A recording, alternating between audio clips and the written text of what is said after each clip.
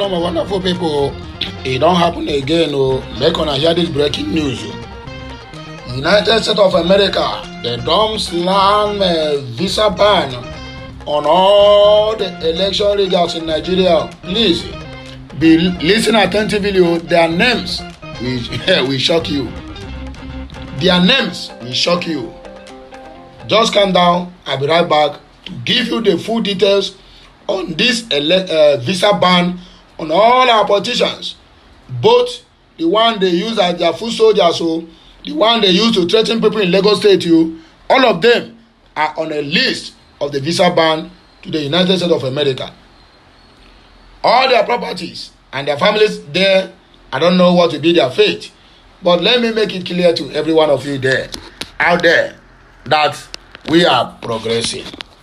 As long as you believe in this struggle, either you believe in Biafra, or you still believe in Nigeria, or you believe in Ottawa, or you believe in Arewa, but the gospel truth and the bottom line is that we are progressing and we are getting somewhere. My only praises and thanksgiving goes to Peter Obi for making the eye of every Nigerian to open to see what these people have been playing with us. That was Egwayo Ojoro. They are playing us poppy. I beg, please, more than not mind my voice. I have a slight, what do they call it? A cough that affected my voice. So, but I must discharge my duty. That is the most important thing there. Get the message, interpret it, share it, comment, like, and subscribe. I must discharge my duty.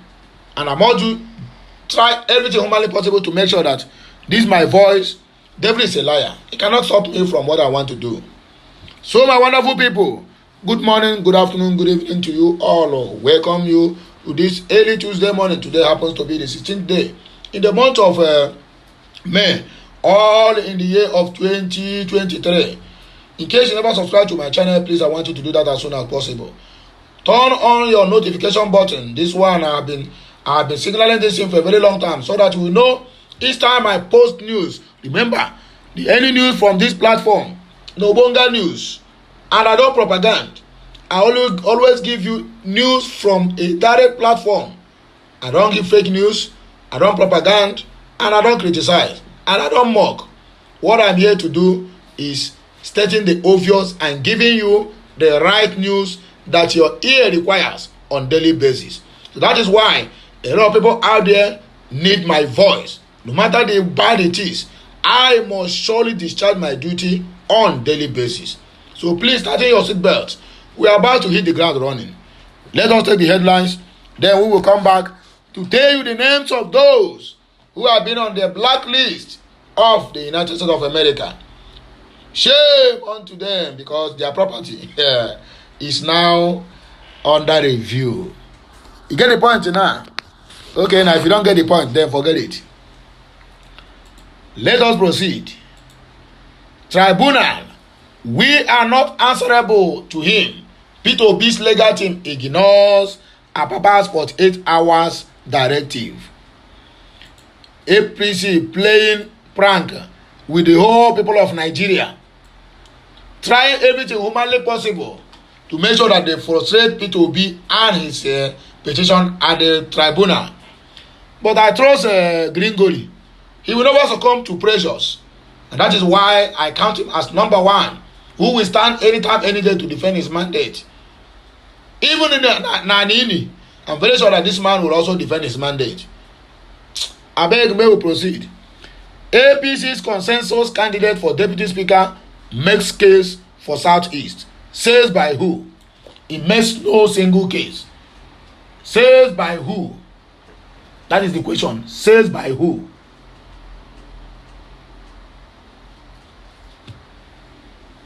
Anyway, we will come back. Resident doctors to commence 5-day warning strike on Wednesday. Increasing it and the rest of them. I hope on the here.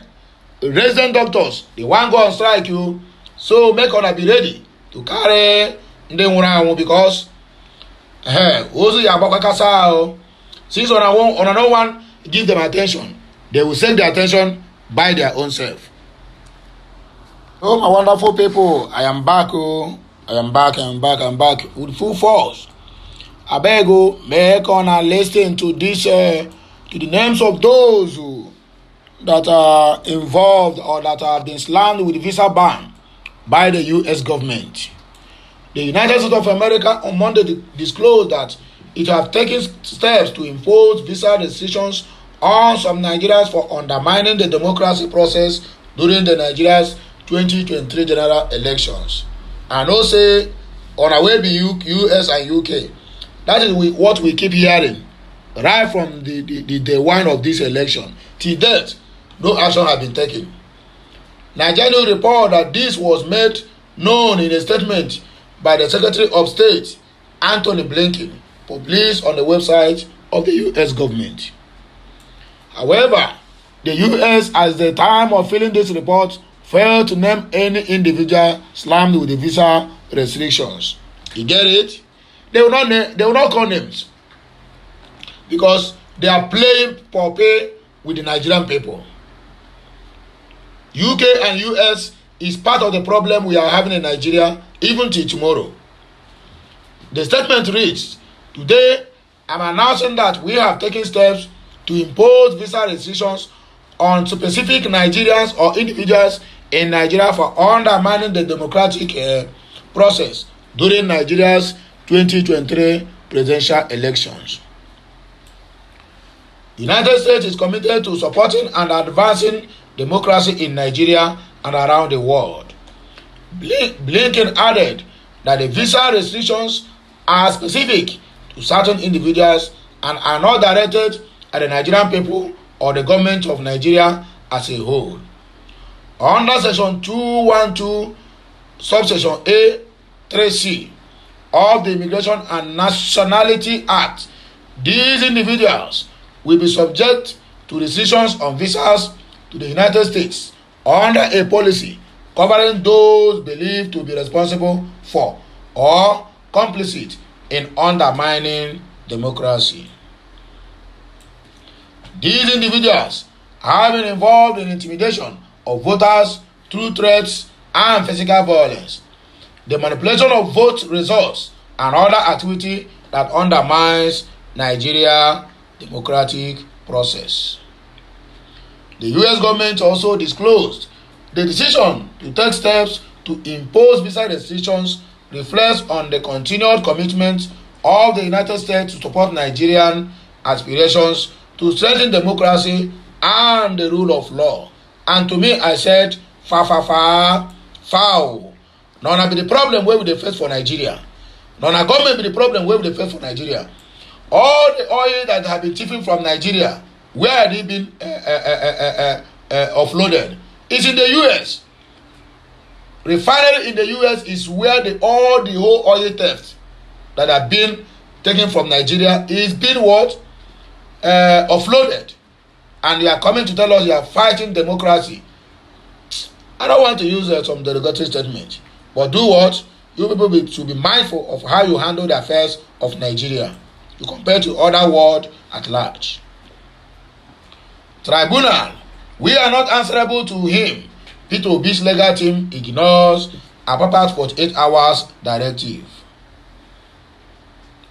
The legal team of the presidential candidate of the Labour Party, Peter Obi, and the party has ignored the 48 hours ultimatum given by the party's factional leader, Lamid Apapa, to brief him about the petitions before the presidential election tribunal. Nigerians gathered from Daily Trust that the lead counsel to Obi and the Labour Party, Levi Uzuuku San, on Sunday said the legal team has no business with Lamid Apapa. According to him, Apapa didn't brief them and so they are not answerable to him in any way. The team's reaction follows Apapa's directive on Friday that all the lawyers in charge of the petition at the election tribunal should brief him on updates within 48 hours. Make una just dey play. He was quoted as saying, "I want to invite all the lawyers that are in charge representing the Labour Party at the election tribunal to give me updates in the next 48 hours because I am the one in charge and the one in the driver's seat. Directive as learned by the Nigerian news came after Justice Hamza Muazu of the Federal High Court in a ruling on Friday held that the court had the jurisdiction to hear the parties' matter and make the order returning the parties embattled National Chairman Julius Abure and 3 others from parading themselves as national officers of the Labour Party. Justice Muazu held that the court would not stand by and allow a wrong in a political party. However, Abure and the legal team had on Friday intended to challenge the ruling in its objection at the Court of Appeal. Ignoring Apapa's directive on the briefing, Obi's legal team leader on Sunday said, "He never briefed us, we are not answerable to him, and we will never be answerable to him, not now and not ever." APC's consensus candidate for deputy speaker makes case for the Southeast, according to them. The All Progressive Congress APC consensus candidate for the position of the deputy speaker of the House of Representatives for the incoming 10th National Assembly, Benjamin Kalu, has made a case for the Southeast region of the country. According to him, the region should be included in the scheme of APC's activities to prevent poor vote outcome in 2027. Nigerians learned that the Kalu, who is the lawmaker representing Bende Federal Constituency in Abia State, made the submission when he featured on Channels Television Sunday Politics program. It will be recalled that the National Working Committee of the APC announced zoning of the leadership of the 10th National Assembly, and in the arrangement, Godswill Akpabio from the South was picked for Senate President, and Barau Jibrin from the Northwest was endorsed as his deputy. While for the House of Representatives, the party picked Tajuddin Abbas from the Northwest for the speakership position and Carlo from the Southeast as his deputy. A development that has aroused controversies from other aspirants of the positions and from other quarters since last week.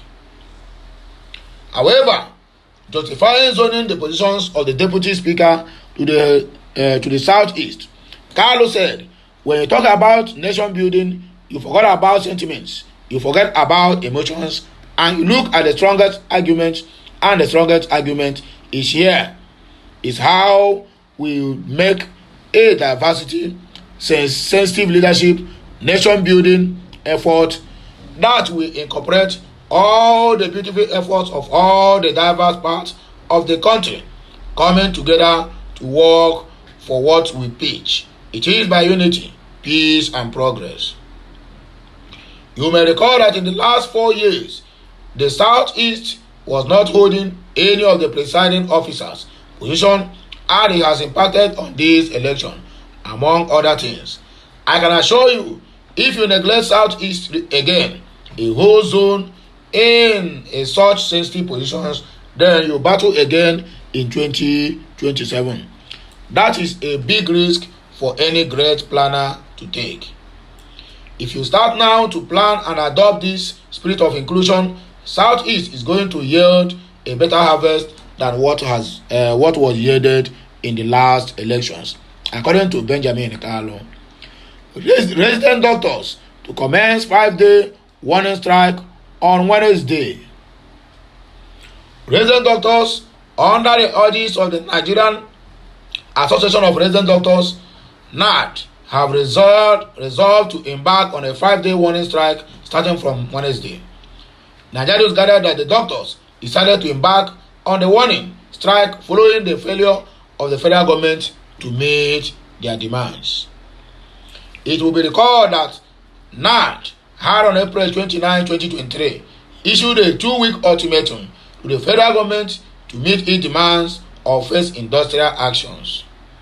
It was, however, learned that the 2-week ultimatum ended on Saturday, May 13, 2023. It was against this backdrop that the doctors after their 6.5 hours extraordinary National Executive Council meeting held virtually on Monday, resolved to embark on the warning strike. The association said the strike will commence at 8 a.m. on Wednesday, May 17, and will end on Monday, May 22 at 8 a.m. The NARD president, Dr. Echoke, reportedly told The Punch that the strike will be total, involving both emergency and clinical operations in the hospitals.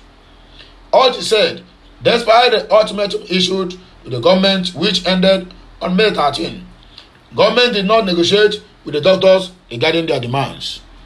Part of what the doctors are demanding includes the immediate increment in the consolidated medical salary structure to the tune of 200% of the current gross salaries of doctors, the immediate withdrawal of the bill seeking to compel medical and dental graduates to render 5-year compulsory service in Nigeria before being granted full license to practice abroad.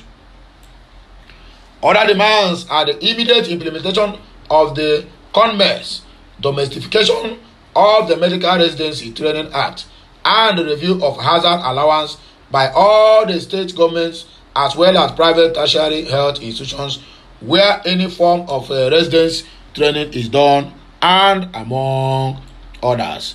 Nigerians, make una do what? Make una prepare, because the worst is about to happen. Since the federal government have withhold their license from going abroad to practice, then you have to increase their salary by 200% and other etc. allowances. On pay salary, Ipazo orders Abia striking workers to resume. Have you paid them 500 naira a governor? Abia State Governor Okezi Ipazo has issued a directive ordering all workers in the state to end their ongoing strike and return to their various offices. Nigerians understand that the civil servants in the state embarked on a strike at midnight on Monday, May 8, over the non-payment of workers' salary, and the development has since paralyzed government activities in the state.